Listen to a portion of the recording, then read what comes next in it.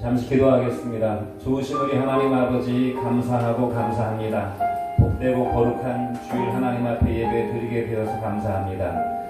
비록 코로나로 인해서 한자리에 모여 예배하지 못하지만 성령께서 각 사람의 심령 속에 임하셔서 그리스도 안에서 하나가 되게 하시고 마음과 성품과 힘과 뜻을 다해 주님을 예배할 수 있는 복된 시간 될 수 있도록 이 시간을 축복하여 주옵소서.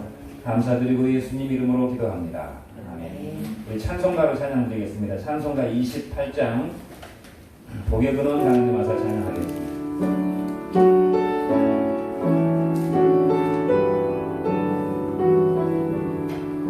복의 근원 강림하사 찬송하게 하소서. 한량 없이 자비하신 증량을 빌었도다. 전사들의 찬송가를 내게 가르치소서. 구속하신 그 사랑을 항상 찬송합니다. 주의 크신 도움받아 이때까지 왔으니 이와 같이 천국에도 이르기를 바라네. 하나님의 품을 떠나 죄에 빠진 우리를 예수 구원하시려고 보혈을 흘려주셨네. 주의 귀한 은혜 받고 일생 빚진 자 되네. 주의 은혜 사슬 회사 나를 주께 내소서. 우리 마음은 연약하여 엄죄하기 쉬우니 하나님이 받으시고 전국임을 지소서. 아멘. 한 잔만 더 부르고 드리고 기도하겠습니다. 32장 만유의 주제.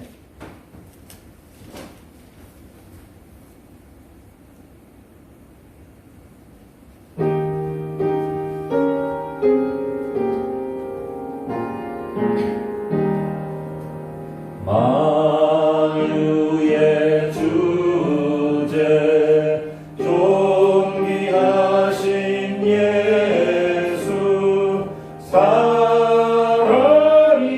되신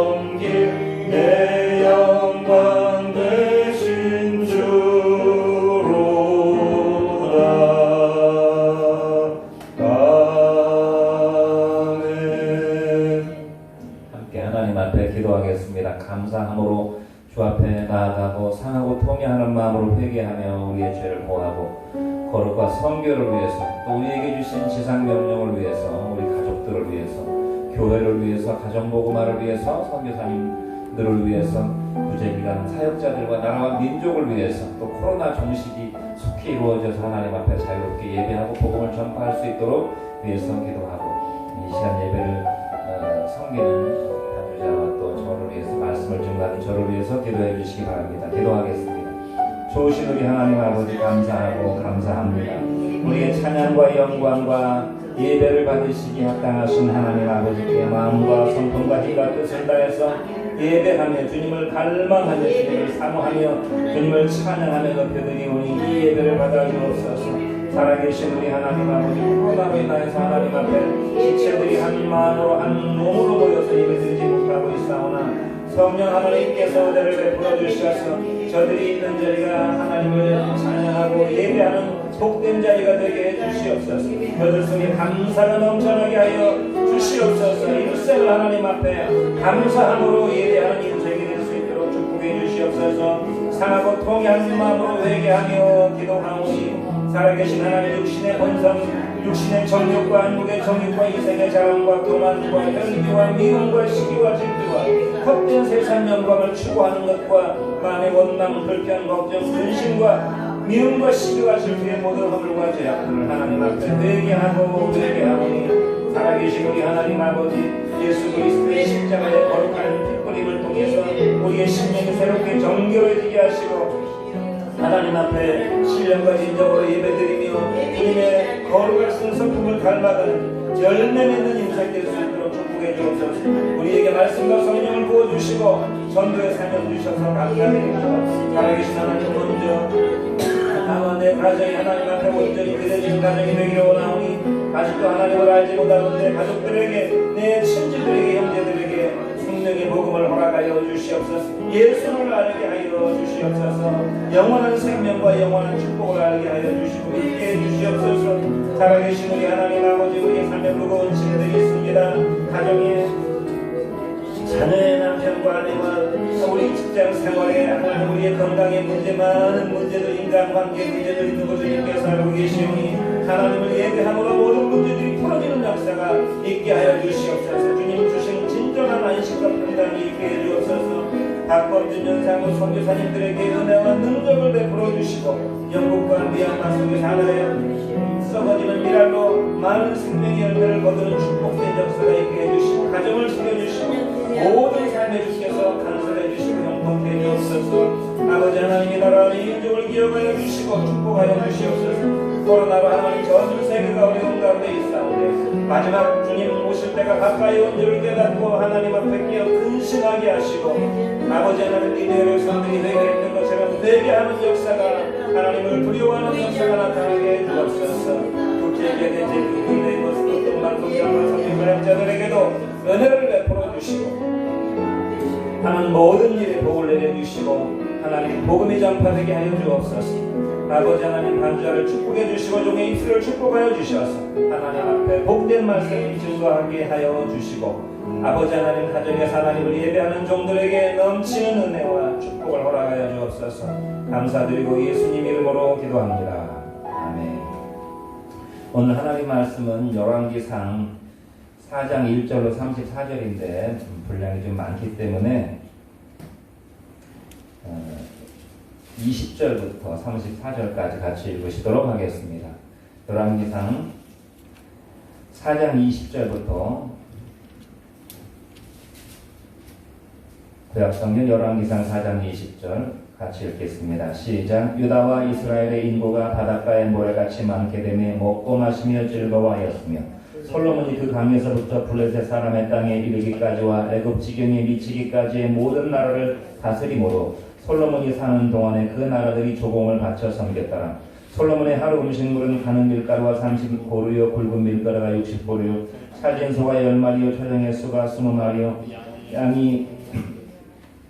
양이 100마리이며 그 외 수사슴과 노루와 암사슴과 살찐 새들이었더라. 솔로몬이 그 강 건너편을 답사에서부터 가사까지 모두 그 강 건너편의 왕을 모두 다스림으로 그가 사방에 둘린 민족과 평화를 누렸으니 솔로몬이 사는 동안에 유다와 이스라엘이 단에서부터 부엘세바에 이르기까지 각기 포도나무 아래와 무화과 나무 아래에서 평안히 살았더라.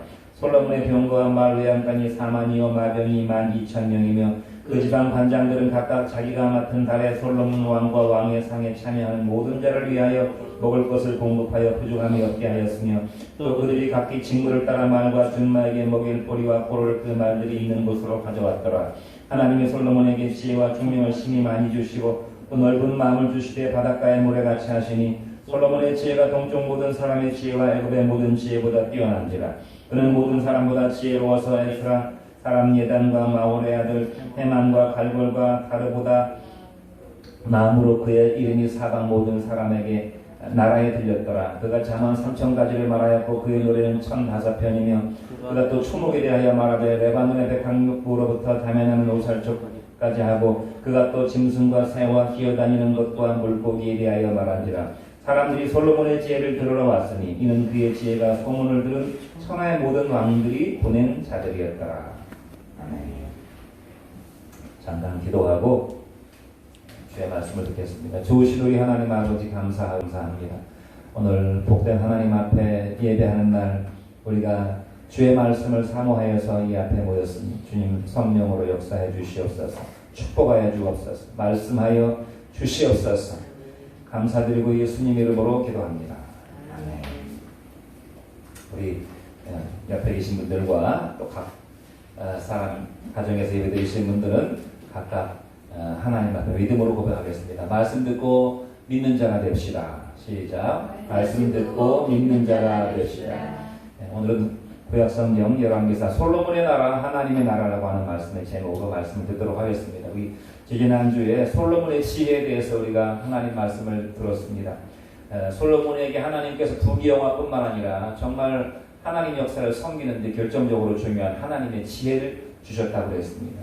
그리고 그 지혜의 예시가 두 여인 중에서 한 여인에게 아기를 찾아주는 친모를 찾아주는 지혜를 성경이 활짝 펼쳐서 보여줌으로써 하나님의 지혜는 정말 사람의 지혜와 비교할 수 없는 탁월한 우리의 삶에 바로 적용할 수 있는 지혜요. 그러나 그 솔로몬의 지혜마저도 예수 그리스도의 말씀의 지혜에 비하면 부스러기 지혜에 불과하다. 친모 찾아주는 정도의 문제가 아니라 우리의 생명과 우리의 삶과 우리의 선악의 문제, 우리의 살고 죽는 문제를 밝히 말씀해 주시는 그리스도의 지혜를 몇 가지를 우리가 지난주에 말씀으로 들었습니다. 오늘 본문은 솔로몬의 나라가 이제 어떻게 하나님 은혜 안에서 피어나게 되는가. 먼저 앞부분에 보면 솔로몬의 조력자들이 나옵니다. 솔로몬의 오늘날로 말하면 대통령이 취임했는데 대통령의 강요들이 나온다 이 말입니다. 조력자들의 이름이 나오고 솔로몬의 그 신하들의 이름이 나오고 그다음에 12지파의 그 수장들의 이름이 나옵니다. 그러니까 대통령이 이제 강요를 임명했죠. 그 다음에 각 지방의 도지사, 광역시 단체장들을 다 임명한 것입니다. 그런 다음에 솔로몬이 팔레스타인, 그러니까 그 가나안 땅을 포함해가지고 그 주변의 나라들을 어떻게 다 말하자면 병합해가지고 어떻게 다 통일을 이루어가지고 솔로몬 왕국을 이루게 됐는가 그 내용을 말씀하고 있고 마지막에 솔로몬에게 임한 하나님의 탁월한 지혜를 다시 한번 부연 설명하는 내용으로 열왕기상 4장이 구성되어 있습니다. 오늘 크게 두 가지 교훈을 배울 텐데요. 첫 번째는 하나님 나라의 그림자 평화의 왕국 솔로몬의 나라입니다. 한번 따라해 보겠습니다. 하나님 나라의 그림자, 평화의 왕국 솔로몬의 나라. 예, 열왕기상 4장 20절로 21절 말씀을 같이 한번 읽어보겠습니다. 20절로 21절 천천히 같이 읽겠습니다. 시작. 유다와 이스라엘의 인구가 바닷가에 모래같이 많게 되매 먹고 마시며 즐거워하였으며 솔로몬이 그 강에서부터 블레셋 사람의 땅에 이르기까지와 애굽 지경에 미치기까지의 모든 나라를 다스림으로 솔로몬이 사는 동안에 그 나라들이 조공을 갖춰 섬겼더라. 여기 솔로몬의 영토가 이스라엘의 영토가 어느 정도인지 규모를 말씀해주고 있는데 일단 솔로몬은 가나안 전 지역을 다 통일시켰습니다. 가나안 원주민들을 다 복속해가지고 가나안 땅을 다 장악했고 그 다음에 가나안 땅으로부터 이제 그 동쪽으로 말하자면 지중해죠. 지중해는 되게 그 블레셋 사람들이 장악하고 있었습니다. 블레셋은 철기 문화가 발전했기 때문에 그 지역을 장악하기가 쉽지 않았는데 블레셋의 그 대표적인 사람이 누가 있죠? 블레셋 장수 골리앗이 있었죠. 이 블레셋 지역이 그 동쪽 해변가를 전부 장악했습니다. 그 다음에 세력이 뻗어나가가지고 저 남동쪽으로 어디입니까? 그 아프리카 대륙으로 나아가는 그 남동쪽 지역까지 장악하게 됐는데 아프리카 남동쪽 지역으로 장악하게 됐는데 어디까지 국경에 맞닿아 있었냐면 이집트 이스라엘 민족이 탈출했던 그 애국 제국 근처까지 이 이스라엘의 세력이 미치게 되었다고 성경이 얘기하고 있어요. 그러니까 솔로몬 왕 때 가장 큰 솔로몬의 왕국을 건설하게 되었죠. 그러면 이 솔로몬 왕국의 의미가 무엇인가? 왜 하나님께서는 솔로몬이 가나안 전 지역과 그 다음에 블레셋 지역과 그 다음에 애굽 지역에 이르는 그 넓은 땅을 차지하게 되었다고 성경에 기록하고 있는가? 단순히 이것이 솔로몬이가 정말 힘이 강해져가지고 나라가 확장되고 영토가 확장되고 세력이 커졌다는 것을 얘기하기 위한 것인가? 단순히 솔로몬이 이스라엘이 역사상 이렇게 위대한 그런 그 힘을 발휘했던 때가 있었다. 그래서 솔로몬을 역사의 무대에 수없이 등장했던 수많은 영웅들이나 호걸들이나 군주들과 같이 어깨를 나란히 하는 그런 차원에서 성경이 기록하고 있는가? 절대 그렇지 않다는 것입니다. 왜냐하면 세계 역사를 살펴보면 세계 역사를 읽어보면요 이스라엘의 역사는 한 줄로도 나오질 않습니다.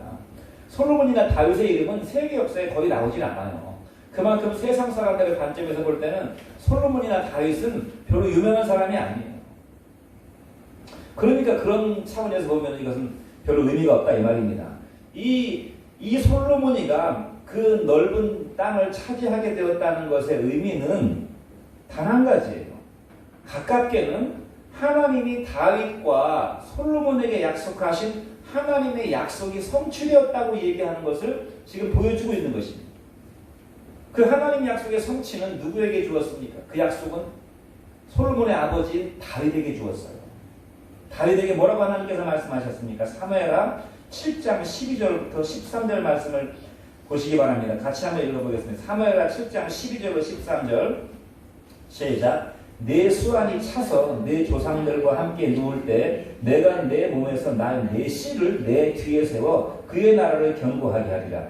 그는 내 이름을 위하여 집을 건축할 것이요 나는 그의 나라 왕위를 영원히 견고하게 하리라. 이 말씀이 굉장히 중요한 말씀인데요.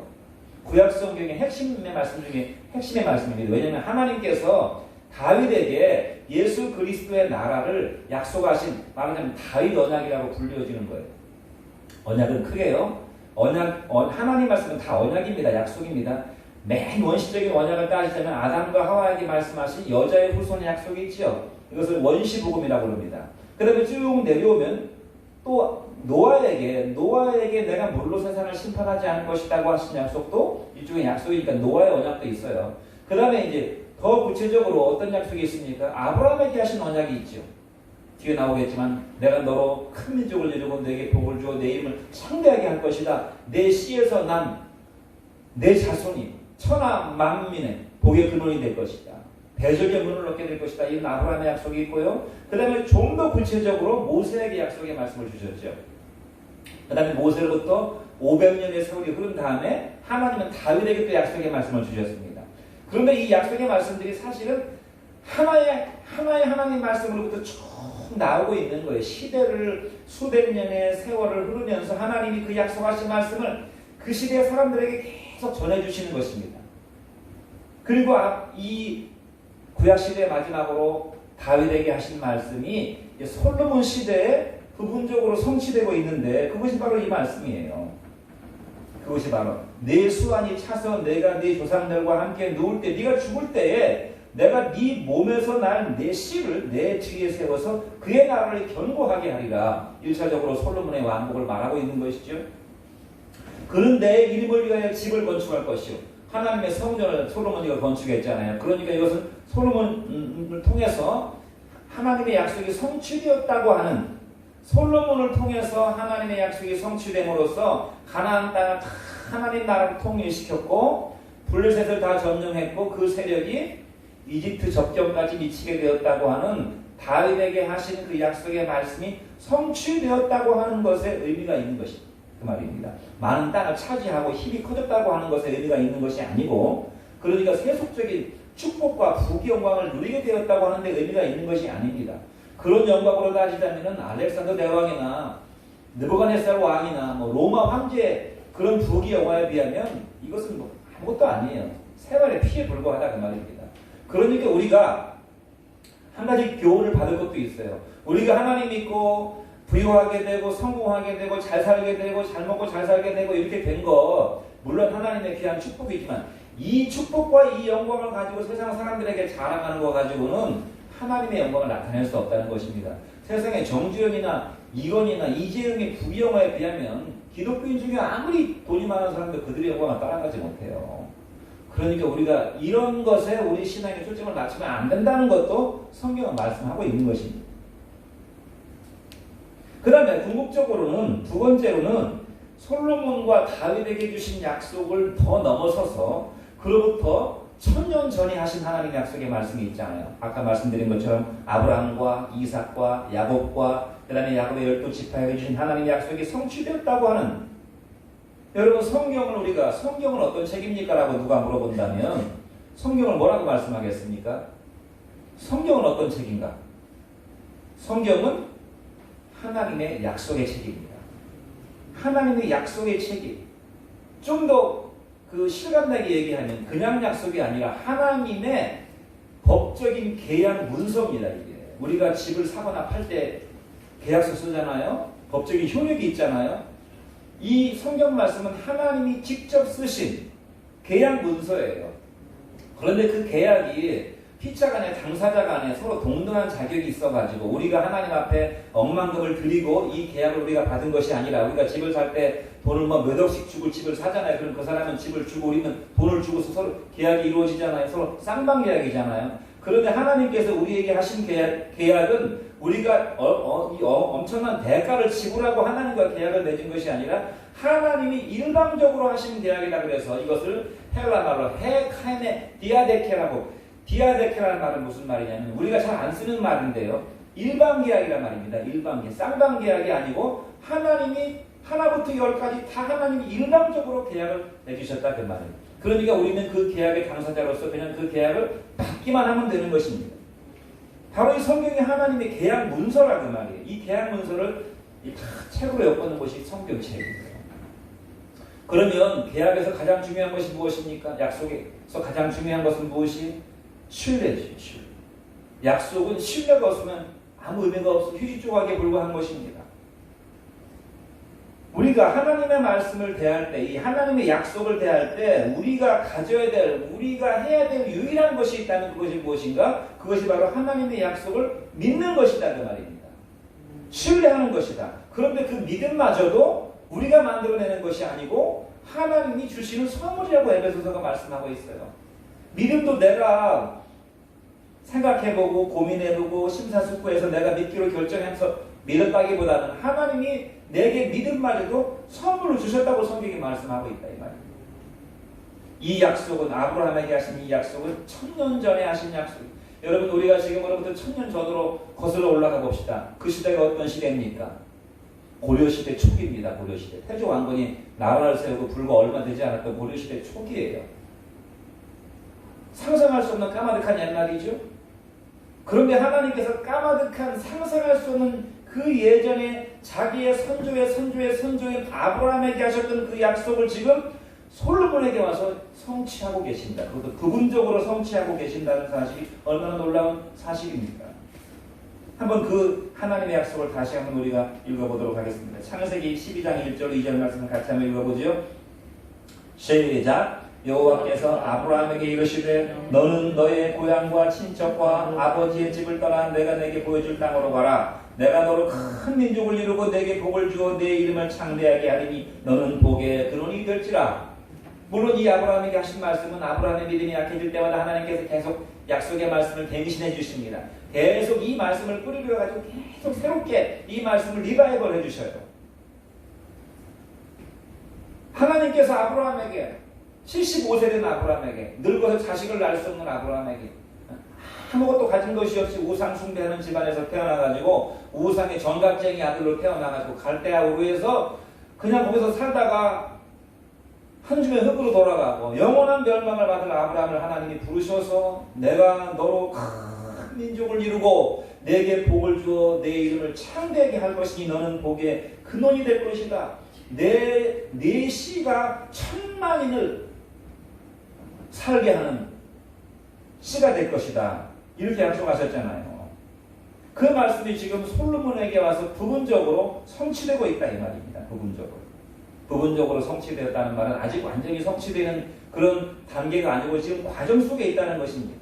우리가 솔로몬이가 이렇게 정말 그야말로 솔로몬 자신의 인생으로 봐도 왕이 될 자격이 없는, 자기 어머니는 불륜녀예요. 정말 자기도 왕이 될 수 없는 그런 상황이었는데 하나님의 은혜로 왕이 돼가지고 이렇게 부귀영화 축복을 누리게 되었고 하나님 나라를 자기가 지금 섬기게 되었으니까 이것이 얼마나 사람으로서 상상할 수 없는 일이다 그 말입니다. 중요한 것은 무엇인가? 하나님의 약속의 말씀과 하나님이 입으로 뱉으신 하나님의 구속 역사의 예언은 한 인간의 생로병사, 우리가 인생을 살아갈 때 태어나서 늙고 병들어 죽게 되기까지 얼마나 많은 우여곡절이 있습니까? 한 인생, 수십 년의 인생을 볼 때도 얼마나 많은 희노애락이 있어요. 그 많은 인생들의 인생을 통해서 그 다음에 얼마나 많은 나라와 열강들이 명멸했습니까? 얼마나 많은 나라와 세계 유수한 제국들이 흥망성쇠 속에 사라져갔습니까? 그러한 모든 과정을 통해서 수많은 사람들은 왔다가 갔고 수많은 영웅 호벌들도 났다가 늙고 병들어 죽거나 비참하게 인생을 마쳤고 그 찬란했던 세상의 제국들도 전부 다 그냥 한 줄의 흙으로 돌아가 버렸는데 그러나 그럼에도 불구하고 하나님의 역사는 결국 성취되고 성취되어 가고 있는 중이라고 하는 사실을 우리가 알아야 된다는 말입니다. 세상 나라는 안개처럼 잠시 있다 사라지지만 하나님의 나라는 영원히 서리라고 말씀하셨잖아요. 여러분 세상 역사가 우리 기독교 시각에서 보면 한 6,000년 정도 된다고 합니다. 6,000년. 하나님을 알지 못하고 하나님 믿기 싫어하는 사람들은 인간의 역사가 수백만 년이라고 얘기하지만 왜 수백만 년이라고 얘기하겠어요? 세상 역사는 한마디로 말하면 우연이에요. 우연. 인간은 우연히 태어났다가 한 줌의 흙으로 돌아가는 그냥 우연 속에 살다가는 존재다. 아무 의미가 없어요. 우연이기 때문에. 그 우연이라는 것을 설명하려면 시간을 굉장히 늘려야 되는 것입니다. 수백만 년, 수천만 년, 막 몇 억 년으로 늘려놔요. 왜냐면 그 수백만 분의 1, 수천만 분의 1의 가능성을 들고 사는 사람들이 세상 사람들이기 때문에. 그러나 성경은 그렇게 말하지 않아요. 성경 학자들에 의하면 성경의 세상 역사는 불과 1만 년을 넘어가지 않습니다. 그 역사 속에 세상 역사에, 이 유럽 역사에 암흑기가 찾아오잖아요. 교회가 썩어가지고, 교회가 부패해가지고, 교회가 왜 부패했어요? 세상의 부귀영화 손을 잡으니까 부패했어요. 세상 권력과 교회가 손을 잡으니까 부패했어요. 그래서 1000년의 세월이 흘러갑니다. 중세 1000년에. 그리고 1500년 가까운 시간이 되었을 때 르네상스가 일어나게 되고 종교개혁이 일어나게 되죠. 그런데 이런 르네상스와 종교개혁도 곧 인본주의로 인해서 정말 어두운 세계로 접어들게 되는 것입니다. 물론 그 이후에 비잔틴 제국이라든가 오스만 투르크 제국과 인도, 중국 제국이 있었고 서구 열강 제국들이 있었는데 이 열강 제국들이 19세기, 20세기 들어오면서 1차 세계대전, 2차 세계대전을 일으킴으로써 그냥 유럽이 다 폭삭 잿더미가 되고 말았죠. 그리고 나서 이제 미국 중심의 세상 역사를 흘러온 게 이게 세상 역사예요. 한 6,000년 내지 1만 년의 역사가. 그러면 세상은 어디로 흘러가는가? 세상 역사는 누가 주도하는가? 세상 역사의 주인은 역사가 말해주고 있어요. 세상 역사는 누구를 중심으로 흘러왔고 흘러가고 있습니까? 예수 그리스도, 아노 도미니, 비포 크라이스트, 예수님 이후의 역사와 예수님 이전의 역사로 세상 역사를 지금 사람들이 그렇게 구분하고 있잖아요. 2020년이라고 하는 2020년의 기준도 예수님 이후로 2020년의 세월이 흘러갔다고 지금 그 의미로 AD 2020이라고 말하고 있지 않습니까? 역사의 중심에는 예수 그리스도가 계시다. 그럼 역사의 종착역, 역사의 목적지, 역사의 최종 종점에는 무엇이 있는가? 요한계시록 11장 15절로 18절 말씀을 같이 한번 읽어보겠습니다. 이것이 우리의 소망인데 요한계시록 11장 15절로 18절 스크린 같이 보겠습니다. 일곱째 천사가 나팔을 불매 하늘에 큰 음성들이 나서 이르되 세상 나라가 우리 주와 그의 그리스도의 나라가 되어 그가 세세토록 왕노릇 하시리로다 하니 하나님 앞에서 자기 보좌에 앉아있던 24장로가 엎드려 얼굴을 땅에 대고 하나님께 경배하여 이르되 감사하옵나니 옛적에도 계셨고 지금도 계신 주 하나님 곧 전능하신 이여 친히 큰 권능을 잡으시고 왕노릇 하시도다. 솔로몬은 하나님 역사의 그림자고 예수 그리스도의 그림자에 불과합니다. 바로 이 예수 그리스도 우리의 진정한 왕 되시고 영원한 왕 되신 예수 그리스도의 나라로 지금 세상이 흘러가고 있다는 것입니다. 2020년의 이 코로나의 이 팬데믹 현상 속에서 세상 모든 사람들이 소동하고 열방들이 놀라서 허둥대는 이 세상 역사가 예수 그리스도의 나라로 지금 흘러가고 있다고 성경이 말씀하고 있어요. 세상이 어디로 흘러간다고요? 예수 그리스도가 왕노릇하는 나라로. 예수 그리스도가 왕노릇하는 세상 나라가 우리 주와 그의 그리스도의 나라가 되어 그가 세세토록 왕노릇 하시리로다. 할렐루야. 핸델의 메시아의 가사가 이 바로 가사. 우리 주의 나라가 되어 그리스도의 나라가 되어 세세무국토록 그가 왕노릇 하실 것이다. 그러면 우리의 소망, 우리의 소원이 무엇이어야 되겠습니까? 이 좁은 나라에서 이 코로나 안 걸리려고 그냥 조바심을 내며 조심조심 살아가는, 물론 당연히 우리가 조심해야 되겠죠. 그러나 여기에 갇혀가지고 그냥 먹고 사는 일은 어떻게 될 것인가, 경제는 어떻게 될 것이냐, 그냥 아웅다웅 이전 투구에 싸움을 하면서 내 밥그릇 하나 챙기려고 살아가서는 안 된다 그 말입니다. 우리의 소망과 우리의 소원이 어디에 가 있어야 되겠습니까? 그리스도의 나라. 이 코로나 시국이 이 복잡해지고 복잡해질수록 우리의 소원과 우리의 소망은 어디에 가 있어야 되겠습니까? 진정한 솔로몬 나라의 왕국, 그리스도와 왕노릇 하시는 그 나라에 가 있어야 될 줄로 믿습니다. 거기는 대적이 없어요. 거기는 부족함이 없어요. 죄가 없어요. 다툼이 없고 염려와 걱정, 근심, 불안과 눈물과 죽음이 없는 곳입니다. 거기는 하나님의 나라, 정의와 하나님의 정의와 하나님의 사랑과 하나님의 공평과 하나님이 우리를 안전하게 지켜주시고 부족함이 없는 부유함과 기쁨과 거룩과 하나님의 영광이 충만한 것이 바로 예수 그리스도가 왕노릇 하시는 나라입니다. 제가 아침에 걸어오면서 갑자기 그런 생각이 들었어요. 어제 토요일이어서 우리 뭐 다른 집도 비슷하겠지만 토요일은 이제 바쁘게 살아가다가 토요일날 여유가 있으니까 가족끼리 맛있는 음식을 해먹어요. 맛있는 음식을 해먹는다고 이제 우리가 기대를 하고 같이 식사를 나누고 행복한 시간을 보냅니다. 그런데 아침에 걸어오면서 어제 맛있게 먹었던 것이 오늘 아침 되니까 아무 소용이 없구나.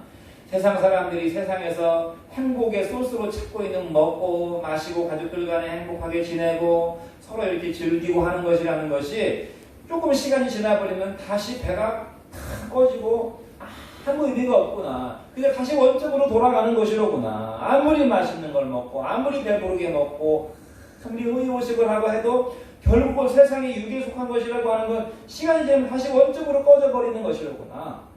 그래서 우리의 소망이 아니구나. 그래서 이런 것들 먹고 마시고 즐기고 행복을 누리고 뭐 이런 것들 세상에서 얻는 우리가 잠깐 누리는 안전이라고 하는 이런 안전감이나 평안함 같은 것들도 이게 다시 원점으로 돌아가 버리는 것이로구나. 그러므로 이것이 우리의 소망이 아니라는 사실을 내가 아침에 걸어오면서 깊이 생각을 해봤어요. 세상이 우리의 소망이 아니라는 것을, 예수 그리스도만이 우리의 진정한 평화의 왕이라는 사실을 마태복음 10장 29절로 31절로 또 이렇게 말씀하고 있습니다. 다시 한번 읽어보겠습니다.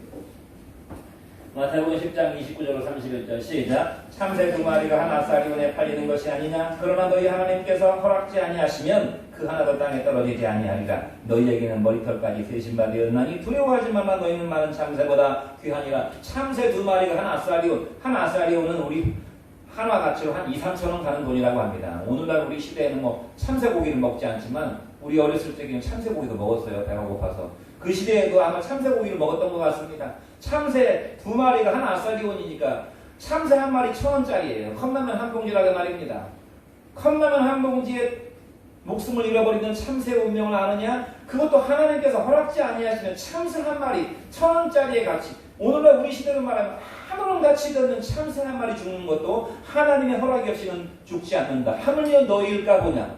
이렇게 주께서 말씀하셨어요. 두려워하지 마. 너희는 많은 참새보다 귀하니라. 예수 그리스도가 우리의 왕이시니까 우리가 정말 어떻게 보면 불안한 세상살이를 살아가고 있는데 먹고 사는 문제에 대한 불안, 안전에 대한 불안, 질병에 대한 불안, 건강 여러 인간관계 불안의 요소를 가지고 살아가지만 염려할 것이 없다 그 말입니다. 말하자면 세상 사람도 그런 말을 죽기밖에 더 하겠어요. 죽기밖에. 죽으면 우리는 하나님 나라의 영원한 안식에 들어가게 되는 것이니까 우리가 염려하거나 걱정하거나 두려워할 필요가 없다고 성경이 말씀하고 있습니다.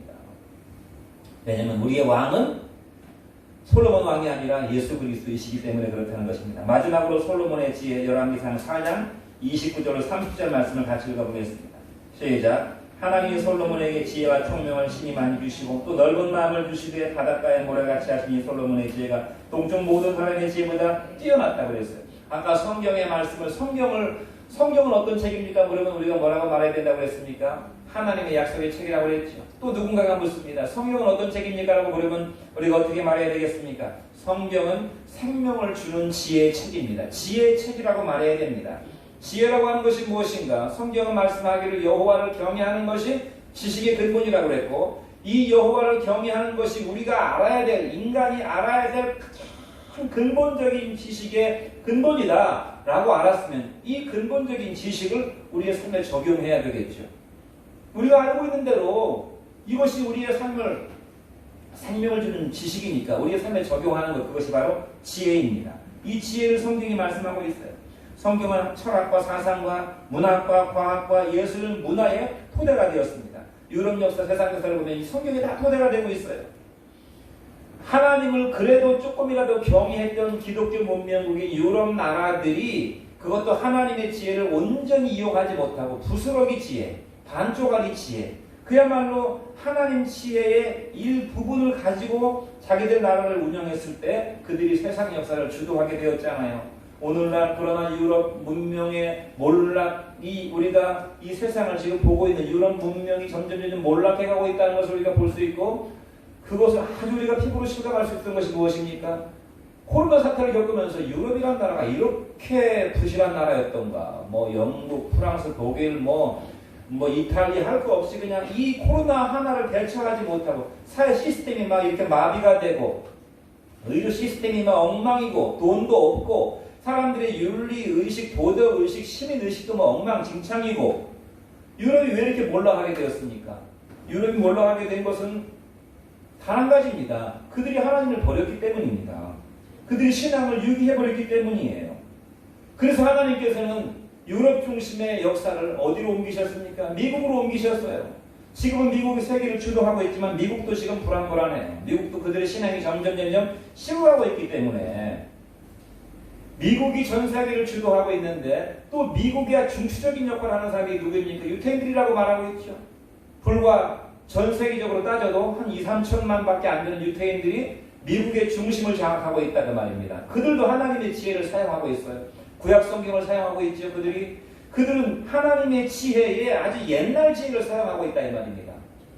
그런데 그럼에도 불구하고 그들의 유태인들의 힘은 어디에서 나옵니까? 성경 말씀에서 나오고 있는 거예요. 구약 성경에서. 구약 성경이라고 하는 하나님의 지혜에 아주 우리말로 치면 새밥이 아니라 오래 묵은 밥이에요. 10년이라는 묵은 밥을 가지고서도 세상 역사를 좌지우지하고 있는 게 유태인들이라 그 말입니다.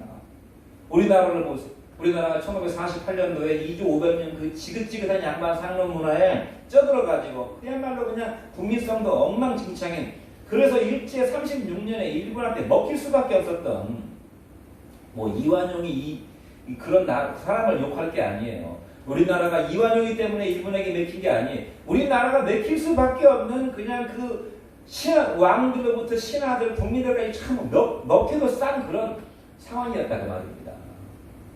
그렇게 아주 미개한 나라 우리나라였었는데 하나님께서 우리나라를 독립시켜 주셔가지고 해방시켜 주셔서 6.25 전쟁을 치르면서도 우리나라가 하나님만 붙잡고 나아가니까 60년대, 70년대 전 세계에서 유래를 찾아볼 수 없는, 일본은 원래 강대국이었기 때문에 2차 대전 이후에 망한 이후에도 금방 일어설 수가 있었어요. 그러나 우리나라는 나라도 없었어요. 어떻게 우리나라가 지금 세계에서 10대 강국 안에 들고 막 기술력도 이렇게 발전해가지고 세계 기술을 선도하는 나라가 되었습니까? 1948년에 우리나라가 세워질 때 이승만 대통령이 미국으로부터 우리나라가 내가 하나님을 경외하는 사람이고 내가 하나님을 섬기는 나라고, 나는 미국이 하나님 말씀에 세워졌듯이 대한민국이라고 하는 나라를 기독교 반석 위에 세우고 싶습니다라고 미국의 의회주의자들을 찾아가서 설득하고 대통령을 설득하고 해가지고 우리나라가 미국의 도움으로 1948년도에 나라를 세울 수가 있었던 것입니다. 그래서 하나님께서 기뻐하셔서, 그나마 하나님이 기뻐하셔서 교회를 중심으로 기도하고 그 마인드로 하나님 앞에, 오죽하면 대한민국 애국가에 하나님이 보호하사 우리나라 만세가 들어가 있겠어요. 전 세계 국가 중에 하나님이 들어가는 국가가 없어요. 하나님이 그걸 기뻐하셔가지고 우리나라가 60년대, 70년대 교회가 부흥되면서 함께 나라가 어마어마하게 부흥되었던 것입니다. 비록 부실한 복음이었지만, 기복적인 복음이었지만, 그 부실한 복음의 일부를 가지고서 나라를 경영하니까 나라가 강대한 나라가 되었잖아요. 이것이 바로 하나님의 지혜, 축복이에요. 마지막으로 솔로몬의 잠언 4장 4절로 8절 말씀을 같이 읽고 마치겠습니다. 시작. 아버지가 내게 가르쳐 이르기를 내 말을 네 마음에 두라. 내 명령을 지키라. 그리하면 살리라. 지혜를 얻으며 명철을 얻으라. 내 입의 말을 잊지 말며 어기지 말라. 지혜를 버리지 말라. 그가 너를 보호하리라. 그를 사랑하라. 그가 너를 지키리라.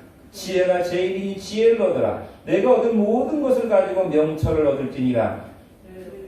그를 높이라. 그리하면 그가 너를 높이리라. 만일 그를 품으면 그가 너를 영화롭게 하리라. 여기서 그는 지혜를 의노해가지고 지혜의 근본이신 예수 그리스도로 말하고 있는 것입니다. 우리는 부스러기 지혜가 아니라 정말 지혜의 근본이신 예수 그리스도를 붙잡고, 정말 우리 민족이 마지막 때 하나님 앞에 복을 받고 쓰임 받으려면 이제 기복 중심의 신앙, 예수 믿고 부자 되고 건강하고 형통하고 출세했다, 이런 기복 신앙을 벗어 던지고 세상을 우리가 바꾸려면 예수 그리스도의 지혜의 그 본질을 다 우리가 붙잡고 인생을 살아가고 나라를 우리가 운영하면은 하나님께서 이 나라의 민족을 축복하시고 우리 인생을 축복하시고 세상 열방 위에 다윗과 솔로몬 같이 뛰어난 인생으로 우리를 보호주실 줄로 믿습니다. 기도하겠습니다. 은혜로우신 하나님 아버지, 이 혼돈스러운 세상 가운데서 우리가 인생을 살아갈 때 인생을 성공하고 하나님의 영광을 드러내는 길이 오직 하나님의 약속의 말씀을 붙잡는 것뿐임을 다시금 깨닫게 해주셔서 감사합니다. 우리의 삶의 지혜 근본 되신 예수 그리스도를 우리 인생 각 사람에게 허락해 주실 뿐만 아니라 이 나라 이 민족이 지혜의 근본이신 하나님 예수 그리스도를 붙잡고 복을 받고 쓰임받는 나라와 민족이 되게 하여 주옵소서. 감사드리고 예수님 이름으로 기도합니다. 찬송가 488장 찬양 드리겠습니다.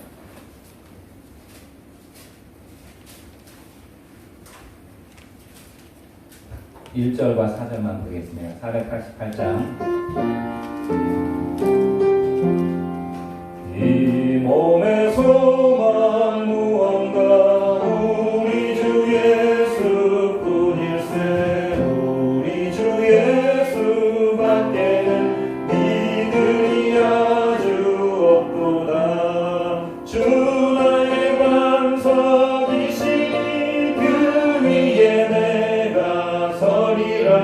그 위에 내가 서리라. 바라던 천국 올라가 하나님 앞에 배울 때 구주의 의를 힘입어 어여시 바로 서리라. 주 나의 반석이시니 그 위에 내가 서리라. 그 위에 내가 서리라.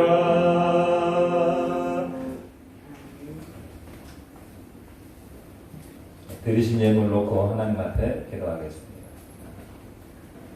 좋으신 우리 하나님 아버지, 한 주간 동안 우리에게 복을 주신 것을 감사합니다. 영육간의 복의 근원이신 하나님께서 우리의 삶에 필요한 모든 것들을 아셔서 때를 따라 돕는 은혜로 복을 주셨으니 우리가 하나님 앞에 감사함으로 예물을 드립니다.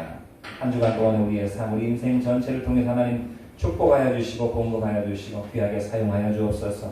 감사드리고 예수님 이름으로 기도합니다. 교회 소식은 아마 다음 주에도 우리가 이렇게 온라인으로 유튜브로 예배를 드려야 될 것 같습니다.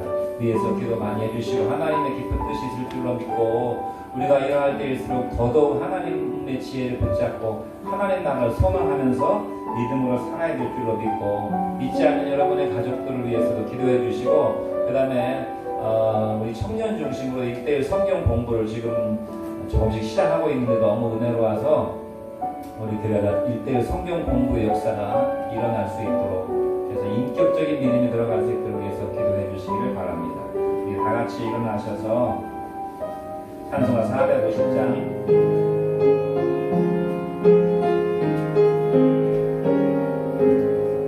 내 평생 소원 이것뿐 주의 일하다가 이 세상 이별하는 날 주 앞에 가리라.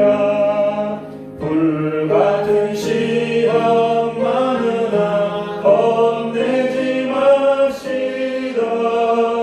우주의 권능 그 신이 이기고 남겠네. 살같이 바른 광음을 주 위에 아끼세. 온 몸과 마음을 바치고 힘써서 일하세. 온 몸과 마음을 바치고 힘써서 일하세. 아멘. 건강을 위해서 몸에 손을 얹고 가슴에 손을 얹고 우리의 삶의 무거운 짐을 하나님 앞에 맡기며 기도하고 머리 손을 얹어서 하나님의 능력을 사모하며 기도합니다. 살아계신 우리 하나님 아버지 사랑하는 목자의 교회 교우들 가정에서 예배하는 교우들 하나님 기억하여 주옵소서. 주의 피 묻은 손으로 안수하며 기도하오니 육신의 연약함과 피곤함과 질병과 질고를 주께서 풀어 해결하여 주시고 건강하게 축복하여 주셔서 주를 위해 봉사하고 충성할 수 있도록 역사해 주옵소서.